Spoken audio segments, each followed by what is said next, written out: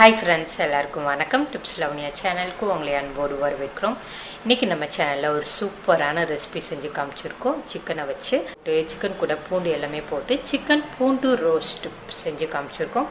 இந்த டிஷ் குழந்தைங்கள்லேருந்து பெரியவங்க வரைக்கும் எல்லாருக்குமே ரொம்ப பிடிக்கும், ரொம்ப விரும்பி சாப்பிடுவாங்க. அந்த அளவுக்கு மனமும் ருசியும் சூப்பராக இருக்கும். சிக்கன் பூண்டு ரோஸ்ட் சிம்பிளாக டேஸ்ட்டாக செஞ்சு காமிச்சிருக்கோம். வாங்க எப்படி பண்ணுறதுன்னு வீடியோக்குள்ளே போய் பார்க்கலாம்.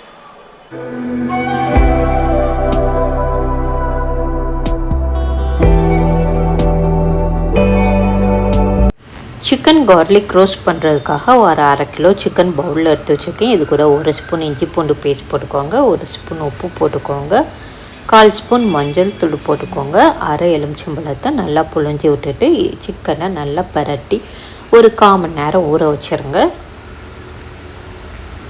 இது நல்லா ஊறட்டும். ஊறுற கேப்பில் மசாலா ரெடி பண்ணிடலாம். ஒரு மிக்ஸி ஜார் எடுத்துக்கோங்க, ஒரு ஸ்பூன் வரமல்லி, ஒரு ஸ்பூன் மிளகு, அரை ஸ்பூன் சீரகம், ஒரு பட்டை, 4 கிராம்பு, 4 ஏலக்காய்,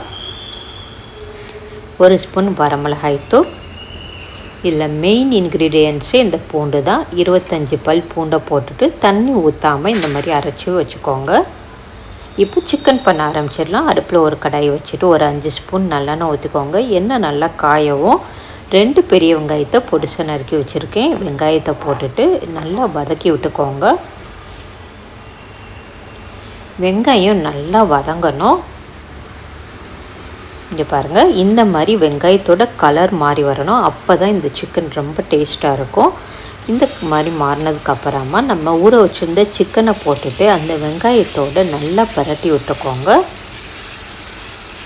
நல்லா பரட்டி விட்டுட்டு மூடியை போட்டு மூடி இந்த தண்ணி எல்லாம் வத்துற அளவுக்கு வேக விட்டுருங்க.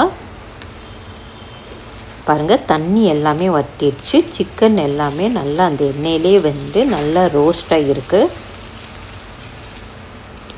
சிக்கன் நல்லா ரோஸ்ட் ஆனதுக்கப்புறமா நம்ம அரைச்சி மசாலாவை போட்டு சிக்கனோட நல்லா பரட்டி விட்டுருங்க.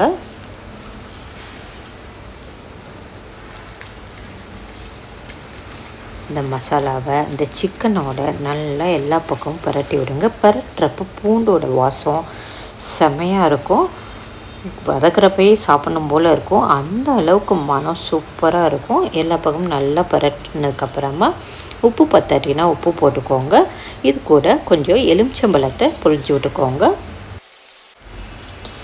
சிக்கனை உப்பு எலுமிச்சம்பழம்லாம் போட்டிருக்கோம். அதோடு சேர்த்து நல்லா பரட்டி விட்டுட்டு கடைசியாக கொஞ்சோண்டு கருவேப்பிலையை தூவி விட்டுட்டு ஒரு பரட்டி விட்டுட்டு ஸ்டவ் ஆஃப் பண்ணிங்கன்னா அதோட வாசனையே நம்மளுக்கு சாப்பிட தோணும். அந்த அளவுக்கு சூப்பராக இருக்கும். அந்த வெங்காயத்தோட க்ரன்ச்சினஸ்ஸு, பூண்டோட வாசனை எல்லாமே சூப்பராக இருக்கும். அந்த டேஸ்ட்டே வேறு லெவலில் இருக்கும். நீங்களும் இதே மாதிரி செஞ்சு பாருங்கள். செஞ்சு பார்த்துட்டு உங்களோட ஃபீட்பேக்கை மறக்காமல் எங்களோட ஷேர் பண்ணுங்கள். உங்களுக்கு இந்த வீடியோ பிடிச்சிருந்துச்சுன்னா லைக் பண்ணி சப்ஸ்கிரைப் பண்ணிக்கோங்க. அப்போ தான் நாங்கள் போடுற வீடியோஸ் உடனே உங்களுக்கு நோட்டிஃபிகேஷன் வரும். நன்றி.